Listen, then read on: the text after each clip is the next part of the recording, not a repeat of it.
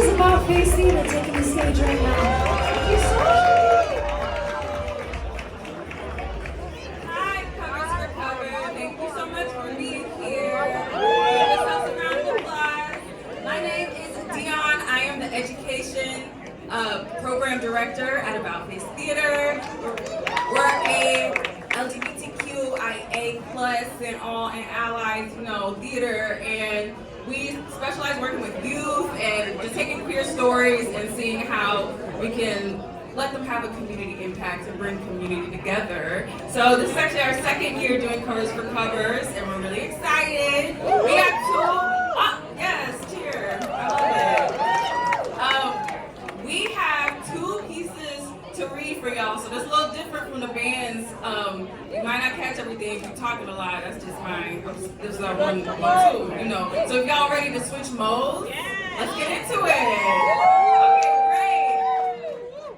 So these 2 pieces are pieces that have been created with About Face Theater, which is really dope.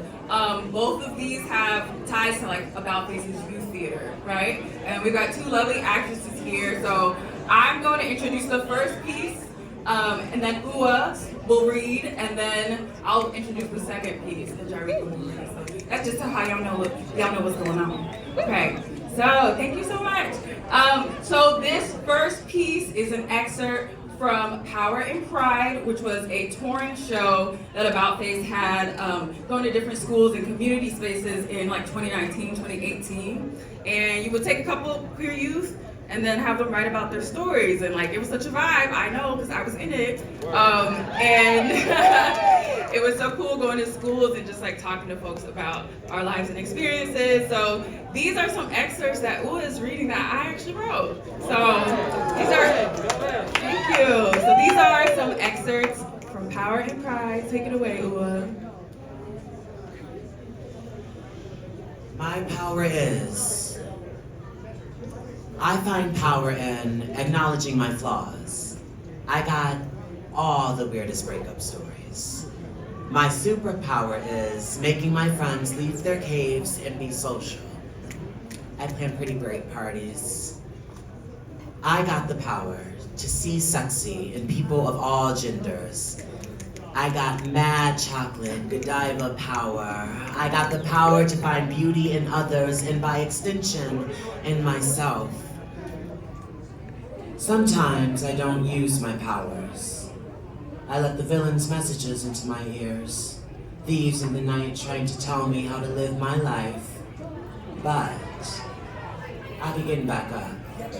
Every time. Cause I got the power to twirl on my haters, albino alligators.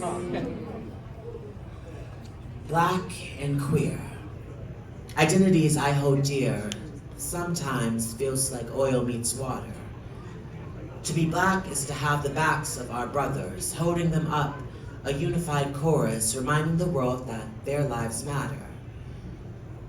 Yet, when we call out sexism, homophobia, transphobia, suddenly our same straight black brothers have protests about us, ignoring their own power to oppress. Even black women, we ride for each other so hard. You see a black woman with a cute hair on the street and you gotta just say, hey girl, you did that.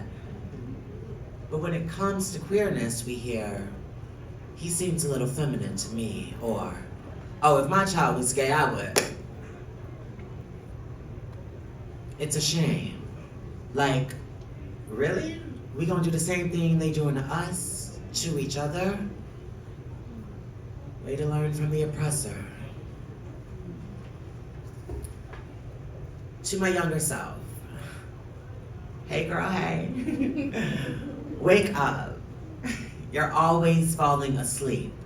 In class, in church, in front of the TV, head first into a good book, you can doze anywhere.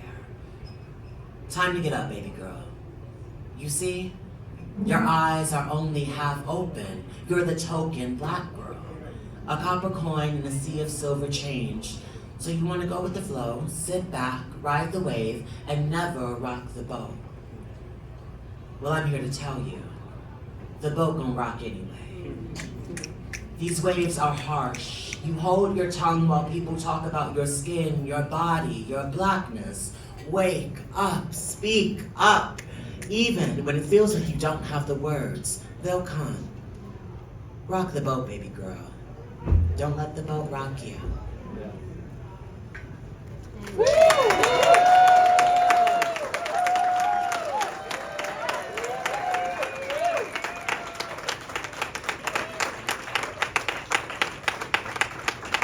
Okay, next up, we have a piece also made in association with About Face Theater from a series called On the Record, which was like audio recordings from different community members and activists and things like that. So this next piece, I like to call it Vernita Gray.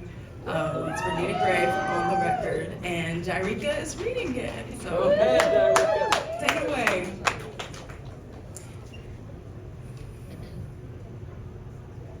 Anyone here from Chicago? I grew up here too. I grew up on the west side in Lawndale. Anyone from Lawndale? All right. While I was there, it was a community that changed from Negroes to Black to African Americans. While I was in high school, my primary role model was Dr. Martin Luther King Jr. He moved to my community. He lived on Hamlin and I lived on Lawndale, just a few blocks away. I never really interacted with him, but saw him. Martin Luther King Jr. said, if you can't fly, then run. If you can't walk, if you can't run, then walk. If you can't walk, then crawl. But whatever you do, you must keep moving forward. And that inspired me. Hearing that changed my life. I went to the marches that he organized in Chicago, and I was in awe. In 1969, I had just come out. I was 20 years old, and I left Chicago and headed to New York, to Woodstock. And that's where I first heard about Stonewall and the riots for gay liberation. I saw that all the issues and a lot of the issues of gay people were very similar to what Black people were marching about in Chicago. And I knew that I was never going to be in the closet as a lesbian, in the same way that I knew that I was never, ever going to be ashamed of being Black.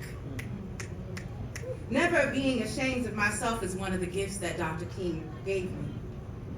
Another gift from Dr. King was learning how to bring people together. You see, I had meetings at my house. Monday night was women's night. Wednesday was the coming out group, and Friday through Sunday, that was the rent party. You see, I lived in a one-bedroom apartment, and there was always people staying in there. I took out ads in the paper so any kid in town who got kicked out for being gay, they could find my phone number. My number was easy to remember. It spelled out FBI list. I didn't turn anyone away. You could go into my bathroom. I had a piece of wood that I lifted up and put across the top of the bathtub. I would cover it up in the tub with like a bed, roll out a sleeping bag on it, find an extra pillow, boom. Someone could get a good night's sleep on the bathtub. That made a difference. I was surrounded by good friends, and together we organized the first Pride March. Oh, what? You think it was a Pride Parade, don't you? It was a march, all right? We all wanted liberation. It was a time of Black liberation and women's liberation, and the idea of gay liberation just felt right. Why shouldn't gay people be free from oppression? There was a lot of excitement in the air. We were taken to the streets to join our gay brothers and sisters in response to the Stonewall riots. It was a time we let Chicago know that there were plenty of gay citizens, and we were here, and we are queer, and we are not hiding, and we demand equality. Oh, it sounds like y'all with me. I said, are you with me? Out of the closets and into the streets.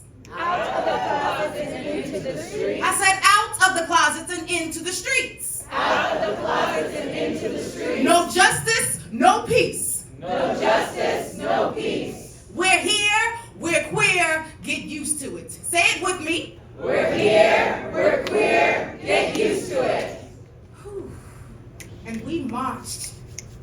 And we were proud. We were so loud and strong, and we were so proud. When I think about how I would like to be remembered, I would have to say as a community activist, as a person who works in building community so that we can have newspapers and parades, restaurants and bars, so we can come together and just be who we are and have a gay old time and feel good about ourselves. I've always dreamed of us having places where we can be free and equal, where we can realize the limitless possibilities for our lives. Let's make a toast. Let's give it up for the ones who came before and helped us feel free.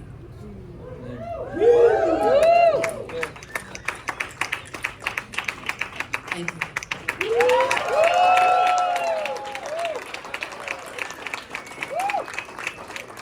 I barely knew it was over. I was like, keep going. Well, thank y'all so much. It just struck me that, like, Vernita Gray is talking about being inspired by Dr. King. Dr. King moving down the street. About Face interviewed Vernita Gray. About Face is 30 years old, right? So let's just keep in mind all these things happened so recently.